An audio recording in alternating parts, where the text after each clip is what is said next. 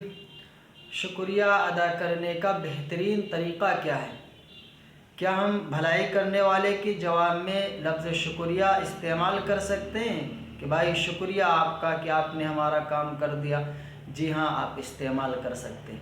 حدیث شریف میں آیا ہے کہ من لم یشکر الناس لم یشکر اللہ، کہ جو لوگوں کا شکر نہیں ادا کرتا وہ اللہ تعالیٰ کا بھی شکر نہیں ادا کرتا۔ تو آپ لفظ شکریہ استعمال کر سکتے ہیں، لیکن بہترین شکریہ ادا کرنے کا طریقہ یہ ہے کہ آپ اس کو کچھ دعا دے دیا کریں۔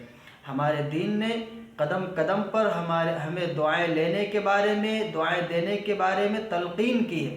جیسے ہم ملاقات کے وقت کہتے ہیں السلام علیکم ورحمۃ اللہ وبرکاتہ، چھینکنے والے کے جواب میں ہم کہتے ہیں یرحمک اللہ، اللہ تعالیٰ تم پر رحم فرمائے۔ تو اسی طرح سے جب کسی نے ہمارے ساتھ کوئی بھلائی کی تو ہم جواب میں شکریہ کہہ دیا، صرف یہ کہہ دیا کہ تھینکس بھائی، آپ کا بہت بہت شکریہ، تو براہ راست تو جائز ہے، کوئی حرج نہیں، آپ کہہ سکتے ہیں۔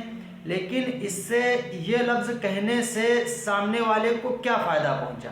آپ خود سوچیں کہ اس سے سامنے والے کو کوئی فائدہ ہوا؟ بھائی آپ نے کوئی دعا تو دی نہیں، آپ نے شکریہ ادا کیا ہے، تو اس سے سامنے والے کو کیا فائدہ پہنچا؟ تو کوئی فائدہ اس کو نہیں پہنچا۔ ہاں تو شکریہ اس کو آپ نے ادا کر دیا، وہ خوش ہو گیا، لیکن فائدہ اس کا کچھ نہیں ہوا۔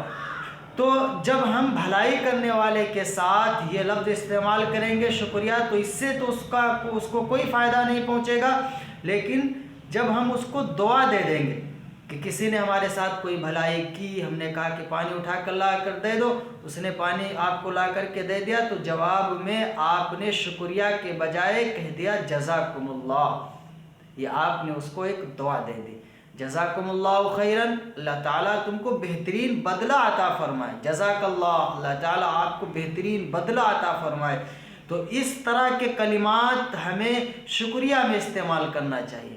کسی نے آپ کے ساتھ کوئی بھلائی کی تو ہم اس کو کہہ دیں جزاکم اللہ، جزاک اللہ، تو اس سے آپ نے اس کو ایک دعا دے دی کہ اللہ تعالیٰ آپ کے ساتھ بھلائی کا معاملہ فرمائے، اللہ تعالیٰ آپ کو بہترین بدلہ عطا فرمائے۔ تو اس کا اس سے فائدہ ہوا کہ ایک دعا مل گئی اس کو۔